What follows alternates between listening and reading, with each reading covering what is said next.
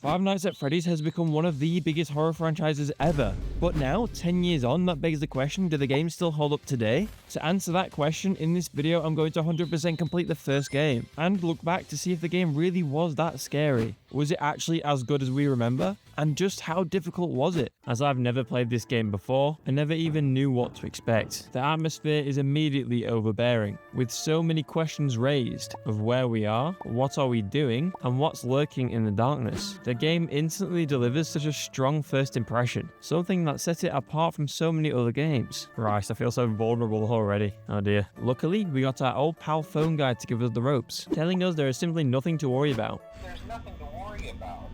You'll do fine. Right, are you sure? There's nothing to worry about. However, one thing he doesn't tell you is just how we can get the 100%. There are 10 trophies, but first off, we gotta complete nights 1 to 5, and we can earn an extra 3 trophies for stopping Foxy running during night 4, keep Freddy from getting to cams 4A and B during night 5, and of course, experiencing one of the game's iconic jump scares. Now, the real challenges are the final 2, where we have to complete the 6th night, and then the infamous 2020-2020 mode, where we will really find out how hard this game actually is.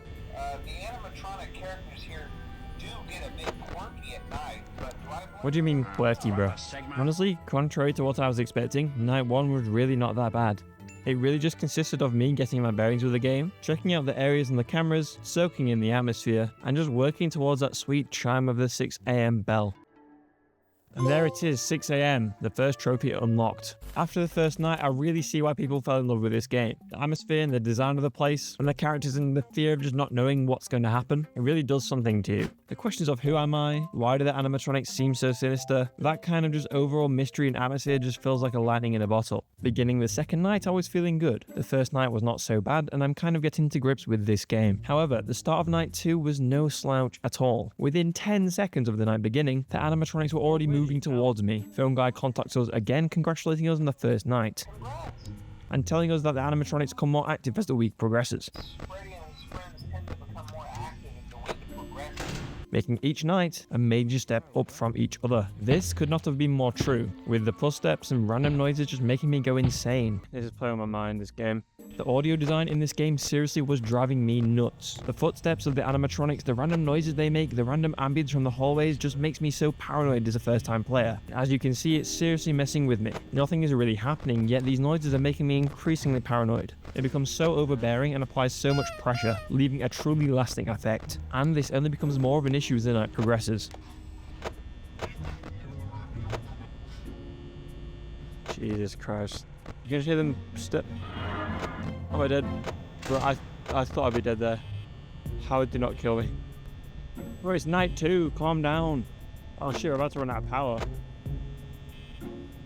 The paranoia that this game sets out really makes you check the cameras more and also keeps the doors closed more. This leads to more power consumption, which leads to the higher chance of the power running out. So, the more paranoid you are, the more you're at risk of dying anyway. This mechanic is terrifyingly genius, and a big reason this game truly blew up.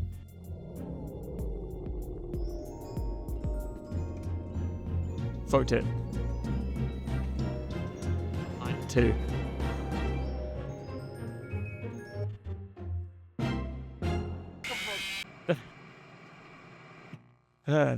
Well, I know what happens if we run out of power now. Now hiding. At least we got a trophy. However, I attempted right after and ended up saving more power from trusting my instincts more and listening more carefully. Although this game is initially terrifying, you have to be more conscious of your power usage. And just as I was about to win in night 2, I got the most incredible streak of luck.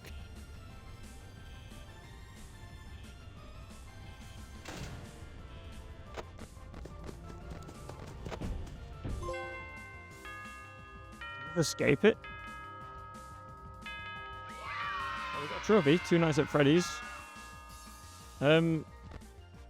What just happened? Night 2 overall was a mad one. Now, after that terrifying experience of night 2, I was unsure about how night 3 would be. Being completely honest, it really was not much of a step up from night 2. With the limited things you can actually do in this game, as someone with rather severe ADHD, my ass was fiddling with doors, lights and cameras honestly just too much, and was aware of the increased power usage, but with the realization that looking on the cameras didn't help but increase the paranoia, I didn't really use the cameras that much. This is the beginning of me understanding this game and developing a strategy. Obviously, Phone Guy telling me to keep an eye on Pirate's Cove in night 2 gave a subtle hint to keep the cameras on Foxy. I'm not taking my eyes off you.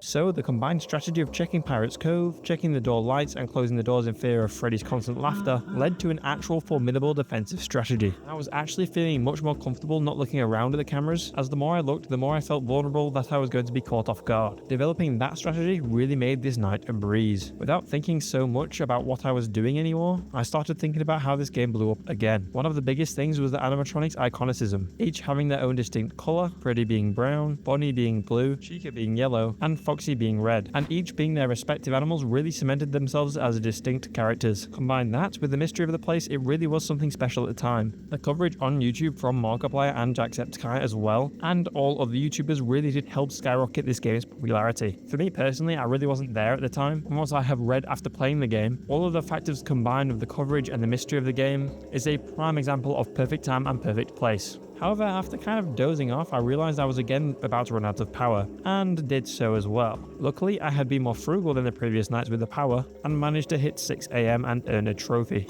There we go, 3 nights at Freddy's. That was closer than I hoped it would be, but you know, wish we move. Now, night 4 is the beginning of the challenge levels. The aim in this level is to stop Foxy from running during the entire night, and unfortunately, Bro was peaking immediately after 12 AM, making me believe this will be hard to do. And during this night, Phone Guy also seems to have been raided by some creature and has likely been, well, buzzbed to death. Now, having our friendly guy being killed, that really did make me feel more vulnerable than ever. It does not happen very often in games that your guy dies, maybe other than Terraria. So this really does leave a big impact. Jesus Christ, man. Foxy's already that far out of his den. It's like 1 AM. I don't know what I'm doing wrong, bro. Yeah, this challenge was not something me on night 4 was really prepared for, and unfortunately I do not do a well enough job. And he starts running. And now I can't get the trophy, so I just wait for something to come and kill me. Here it is. Now, after actually failing that challenge quite badly, I need to think what to do better. It turns out I need to literally glue my eye to him. And interestingly, the more this game poses a challenge, the less scary it actually became. This is actually a big indication that the game's scare factor comes from the fear of the unknown, which is incredibly interesting. As a game plays with the player's imagination, meaning that the more active the player's imagination, the more scary the game will be, which in the end really does answer the question of how scary the game is. In the second attempt, I kept a really close eye on Foxy. I made sure Bro did not move, and he even got more comfortable with my strategy. And in the end, he actually did not run, and I felt an insane level of triumph. There we go, no running and 4 nights at Freddy's. That no running trophy was probably the hardest one yet. I really hope that doesn't carry on. I actually really do think I'm getting quite decent at this game, so bring on night 5, buddy. Now on night 5, the challenge was instead to stop Freddy getting to camps 4A and 4B. Now, Freddy has not really been an issue as of yet, other than when the power goes off, so with the lack of problems I've had, this meant I had no idea how to stop him moving. So, I employed the old trusty tactic of keeping a very close eye on him. The amount of times I was flicking up my camera to stare him down was probably about 40 times a minute, just to make sure I did not keep an eye off him. However, this strategy absolutely drained my power like no other. The times when Bonnie was at my door and Chica was too absolutely destroyed my power level. I swear this strategy is going to give me like carpal tunnel or something. Like I have to make like a claw with my right hand, and it's just awful. If I fail and have to repeat this strategy, I'm gonna get like wrist issues. Despite the oncoming arthritis, the strategy was actually working excellently, and Freddy did not move from the stage at all. Even though I was simply acing this rise in difficulty, it did not feel that much of a jump from night 4. Stopping Freddy from moving just really felt like a cheat code. All I had to worry about was Chica and Bonnie, as Foxy seemed to be affected by me just being on the cameras, so he never really presented to be an issue. This game from night 1 to 5 was actually only difficult when I was paranoid about it. However, I did run out of power and subsequently died. The strategy worked excellently, so I just had to repeat it again and use less power, and I will be golden. But with the original questions I had of how scary was the game, and why did it blow up, are now fully answered, the only question left was how hard is this game? Nights 1 to 5 weren't too hard really. Nights 6 and 7 would be the real challenge. The step up from each night felt gradual and not unbearable. I do feel like the follow-up after night 6 and 7 will be vastly different though. On the repeat attempt, I more or less did the exact same. My eye was glued on Freddy, and I felt confident about warding off Bonnie and Chica. I just aced the strategy, and it felt like a true security guard. Freddy did not move all night, and all in all, I completed night 5. And there we go. No laughing and 5 nights at Freddy's. Now on to the hard part. With night 5 feeling like the truest ending of the game, I was thinking how night 6 would present some unknown challenge or even a mystery. But no, it didn't really happen. It felt like the level of step up from night 4 to 5, but 5 to 6, I guess. I yet again employed the Freddy lockdown strat I had developed and nothing really happened. It did not move again. It was literally not even that much harder from night 5, probably at all. After a certain threshold, I feel I had got quite good at the game. Either that, or it was not really challenging or scary anymore. It turned from a true horror game to a strategy game, and a game of can I avoid getting wrist surgery? Like the game is called Five Nights at Freddy's, but I legitimately nullified Freddy's will to move. Bro was paralyzed from my constant gaze on him. And night 6 in the end was quite easy. I did this on my first attempt. But now on to night 7, where we will actually answer how hard can this game possibly be. Going into this mode, I was feeling kind of cocky, because I really just aced the hardest nights so far. I went in with the idea of keeping Freddy locked down, only to immediately realize he was outside my office within seconds. Yeah, this kind of threw me off guard. I closed both doors and realized that the jump from night 6 to 7 was insane. So I have to repeat this strategy and then hopefully it'll go fine. And there we go. This night will be no joke, and will be the main cause of me likely needing wrist surgery. I had to be on my A game here. One minor slip up felt like it would be my end. And with the nights being 9 minutes long, that was a lot of room for any slip up to occur. Bonnie, just go away, man. Bonnie, please just go away. I'm fed up with you, bro. Right, I just need to keep Freddy locked out and that should be good. Bonnie, please go away. They just appear and leave so quick. It's honestly just nothing like the last 6 nights. It's only 2 a.m. This is nuts. Right, I've fucked it. Hi there. Fuck's sake. Honestly, I just can't with this night. This is just too much. Yeah, this was not going to plan. When I was not being careful enough, it led to errors and me dying. And when I was being too careful, it resulted in me dying anyway. I had to strike a perfect balance of being careful and fluid with my rhythm I had built up.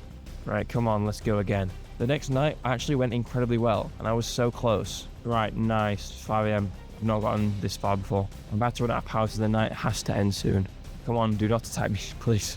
Keep singing, bro. You've got a beautiful voice.